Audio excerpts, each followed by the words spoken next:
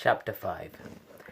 On the morning appointed for Admiral and Mrs. Croft's seeing Kellynch Hall, Anne found it most natural to take her almost daily walk to Lady Russell's and keep out of the way till all was over, when she found it most natural to be sorry that she had missed the opportunity of seeing them.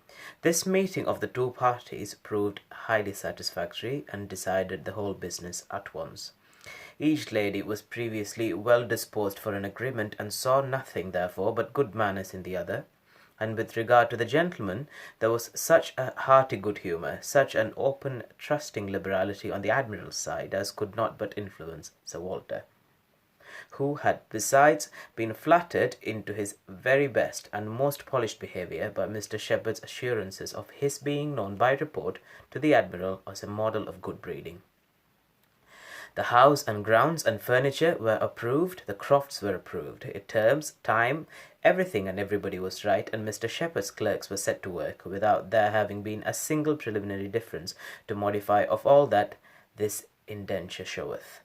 Sir Walter, without hesitation, declared the Admiral to be the best-looking sailor he had ever met with, and went so far as to say that, if his own man might have had the arranging of his hair, he should not be ashamed of being seen with him anywhere, and the Admiral, with sympathetic cordiality, observed to his wife as they drove back through the park, "I thought we should soon come to a deal, my dear, in spite of what they told us at Taunton. The Baronet will never set the Thames on fire, but there seems no harm in him." Reciprocal compliments which would have been esteemed about equal.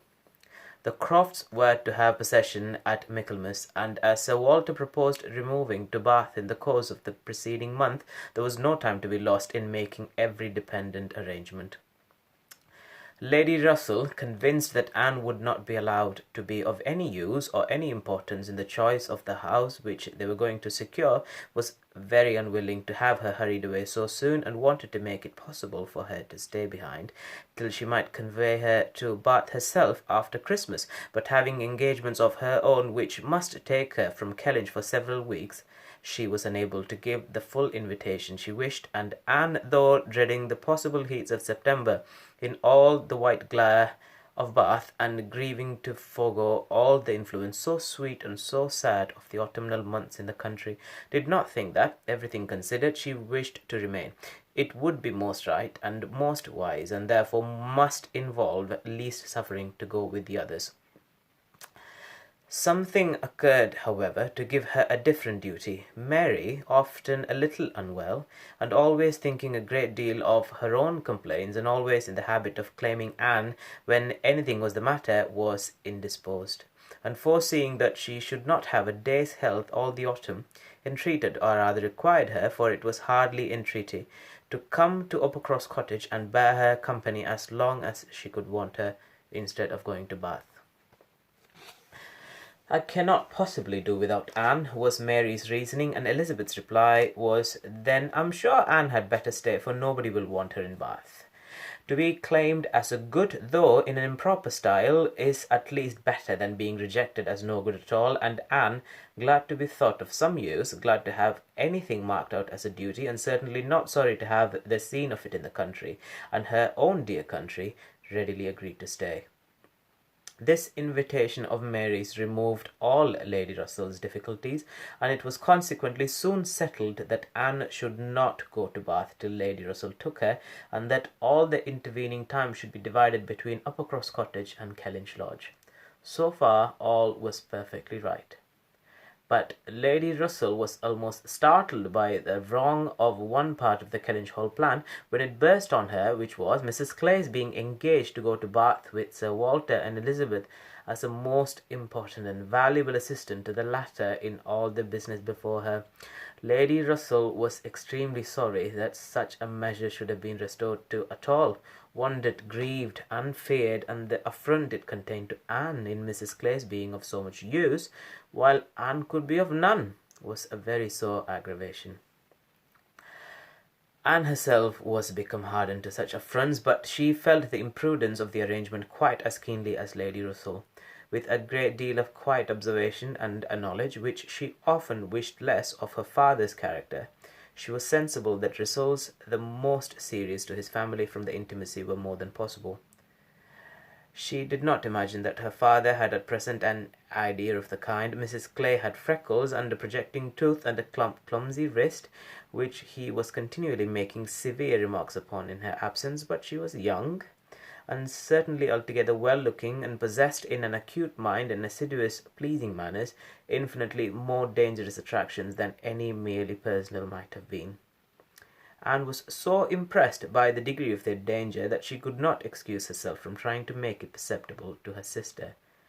She had little hope of success, but Elizabeth, who in the event of such a reverse would be so much more to be pitied than herself, should never, she thought, have reason to reproach her for giving no warning.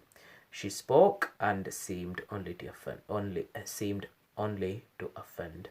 Elizabeth could not conceive how such an absurd suspicion should occur to her, and indignantly answered for each parties, perfectly knowing their situation. "Mrs. Clay," said she warmly, "never forgets who she is, and as I am rather better acquainted with her sentiments than you can be, I can assure you that upon the subject of marriage they are particularly nice, and that she reprobates all inequality of condition and rank more strongly than most people. And as to my father, I really should not have thought that he, who has kept himself single so long for our sakes, need be suspected now. If Mrs. Clay were a very beautiful woman, I grant you it might be wrong to have her so much with me. Not that anything in the world, I'm sure, would induce my father to make a degrading match, but he might be rendered unhappy. But poor Mrs. Clay, who with all her merits can never have been reckoned tolerably pretty, I really think poor Mrs. Clay may be staying here in perfect safety. One would imagine you had never heard my father speak of her personal misfortunes, though I know you must 50 times. That tooth of hers and those freckles do not disgust me so very much as they do him. I have known a face not materially disfigured by a few, but he abominates them. You must have heard him notice Mrs. Clay's freckles." "There is hardly any personal defect," replied Anne, "which an agreeable manner might not gradually reconcile one to." "I think very differently," answered Elizabeth shortly. "An agreeable manner may set off handsome features, but can never alter plain ones. However, at any rate, as I have a great deal more at stake on this point than anybody else can have, I think it rather unnecessary in you to be advising me." Anne had done, glad that it was over, and not absolutely hopeless of doing good. Elizabeth, though resenting the suspicion, might yet be made observant by it. The last office of the 4 carriage horses was to draw Sir Walter, Miss Elliot, and Mrs. Clay to Bath. The party drove off in very good spirits. Sir Walter prepared, with condescending bows, for all the afflicted tenantry and cottagers who might have had a hint to show themselves, and Anne walked up at the same time in a sort of desolate tranquillity to the lodge where she was to spend the first week. Her friend was not in better spirits than herself. Lady Russell felt this break-up of the family exceedingly. Their respectability was as dear to her as her own, and a daily intercourse had become precious by habit. It was painful to look upon their deserted grounds, and still worse to anticipate the new hands they were to fall into, and to escape the solitariness and the melancholy of so altered a village, and be out of the way when Admiral and Mrs. Croft first arrived. She had determined to make her own absence from home begin when she must give up Anne. Accordingly, their removal was made together, and Anne was set down at Uppercross Cottage in the first stage of Lady Russell's journey. Uppercross was a moderate-sized village which a few years back had been completely in the old English style, containing only 2 houses, superior in appearance of those of the yeomen and labourers, the mansion of the squire with its high walls, great gates, and old trees, substantial and unmodernized, and the compact, tight parsonage enclosed in its own neat garden, with a vine and a pear tree trained round its casements. But upon the marriage of the young squire, it had received the improvement of a farmhouse elevated into a cottage for his residence, and Uppercross Cottage, with its veranda, French windows, and other prettinesses, was quite as likely to catch the traveller's eye as the more consistent and considerable aspect and premises of the great house about a quarter of a mile farther on. Here Anne had often been staying. She knew the ways of Upper Cross as well as those of Kellynch. The two families were so continually meeting, so much in the habit of running in and out of each other's houses at all hours, that it was rather a surprise to her to find Mary alone. But being alone, her being unwell and out of spirits, was almost a matter of course. Though better endowed than the elder sister, Mary had not Anne's understanding or temper. While well and happy and properly attended to, she had great good humour and excellent spirits, but any indisposition sunk her completely. She had no resources for solitude, and inheriting a considerable share of the Elliot self-importance, was very prone to add to every other distress that of fancying herself neglected and ill-used. In person she was inferior to both sisters, and had even in her bloom only reached the dignity of being a fine girl.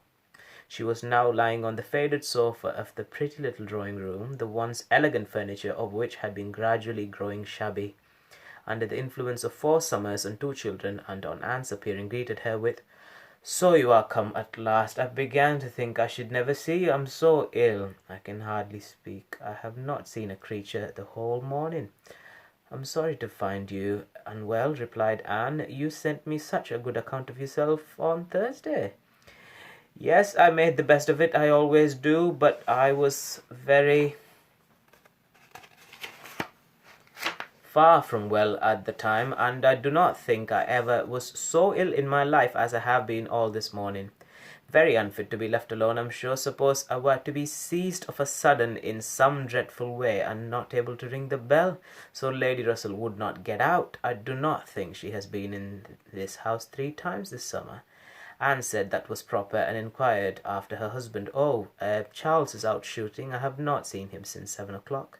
He would go, though I told him how ill I was. He said he should not stay out long, but he has never come back, and now it is almost 1. I assure you I have not seen a soul this whole long morning." "You have had your little boys with you?" "Yes, as long as I could bear their noise, but they are so unmanageable that they do me more harm than good. Little Charles does not mind a word I say, and Walter is growing quite as bad." "Well, you will soon be better now," replied Anne cheerfully. "You know I always cure you when I come. How are your neighbours at the great house?" "I can give you no account of them. I have not seen one of them today, except Mr. Musgrove, who just stopped and spoke through the window, but without getting off his horse, and though I told him how ill I was, not one of them have been near me. It did not happen to suit the Miss Musgroves, I suppose, and they never put themselves out of their way. You will see them yet, perhaps, before the morning is gone. It is early. I never want them, I assure you. They talk and laugh a great deal too much for me. Oh, Anne, I'm so very unwell. It was quite unkind of you not to come on Thursday. My dear Mary, recollect what a comfortable account you sent me of yourself. You wrote in the cheerfulest manner, and said you were perfectly well, and in no hurry for me, and that being the case, you must be aware that my wish would be to remain with Lady Russell to the last, and besides what I felt on her account, I have really been so busy, have had so much to do, that I could not very conveniently have left Kellynch sooner." "Dear me, what can you possibly have to do?" "A great many things, I assure you, more than I can recollect in a moment, but I can tell you some. I have been making a duplicate of the catalogue of my father's books and pictures. I have been several times in the garden with Mackenzie, trying to understand and make him understand which of Elizabeth's plans are for Lady Russell. I have had all my own little concerns to arrange, books and music to divide, and all my trunks to repack, from not having understood in time what was intended as to the waggons. And one thing I have had to do, Mary, of a more trying nature, going to almost every house in the parish as a sort of take leave. I was told that they wished it, but all these things took up a great deal of time." "Oh, well," and after a moment's pause, "but you have never asked me one word about our dinner at the Pools yesterday." "Did you go then? I have made no inquiries, because I concluded you must have been obliged to give up the party." "Oh, yes, I went. I was very well yesterday. Nothing at all the matter with me till this morning. It would have been strange if I had not gone. I'm very glad you were well enough, and I hope you had a pleasant party."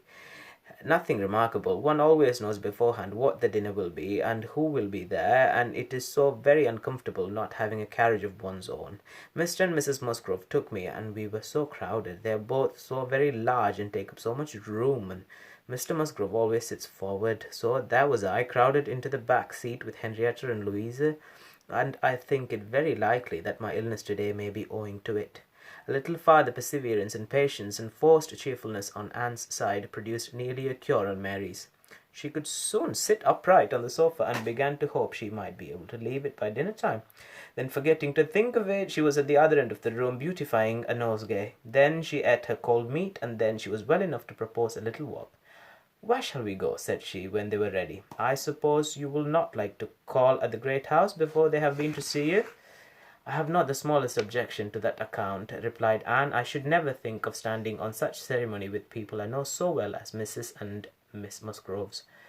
"Oh, but they ought to call upon you as soon as possible. They ought to feel what is due to you as my sister. However, we may as well go and sit with them a little while, and when we have got that over we can enjoy our walk." Anne had always thought such a style of intercourse highly imprudent, but she had ceased to endeavour to check it, from believing that, though there were on each side continual subjects of offence, neither family could now do without it. To the great house accordingly they went, to sit the full half-hour in the old-fashioned square parlour, with a small carpet and shining floor, to which the present daughters of the house were gradually giving the proper air of confusion by a grand pianoforte and a harp, flower stands, and with little tables placed in every direction. Oh, could the originals of the portraits against the wainscot, could the gentlemen in brown velvet and the ladies in blue satin have seen what was going on, have been conscious of such an overthrow of all order and neatness, the portraits themselves seemed to be staring in astonishment.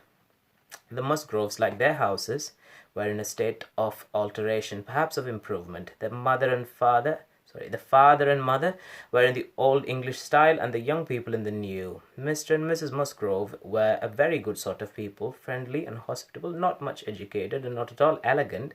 The children had more modern minds and manners. There was a numerous family, but the only two grown-up, excepting Charles and Henrietta and Louisa, young ladies of 19 and 20, who had brought from school at Exeter all the usual stock of accomplishments, and were now, like thousands of other young ladies, living to be fashionable, happy, and merry. Their dress had every advantage. Their faces were rather pretty, their spirits extremely good, their manners unembarrassed and pleasant. They were of consequence at home and favourites abroad. Anne always contemplated them as some of the happiest creatures of her acquaintance, but still, saved as we all are by some comfortable feeling of superiority, from wishing for the possibility of exchange, she would not have given up her own more elegant and cultivated mind for all their enjoyments, and envy them nothing but that seemingly perfect good understanding and agreement together, that good-humoured mutual affection of which she had known so little herself with either of her sisters. They were received with great cordiality. Nothing seemed amiss on the side of the great house family, which was generally, as Anne very well knew, the least to blame. The half-hour was chatted away pleasantly enough, and she was not at all surprised in the end of it to have their walking party joined by both the Miss Musgroves at Mary's particular invitation.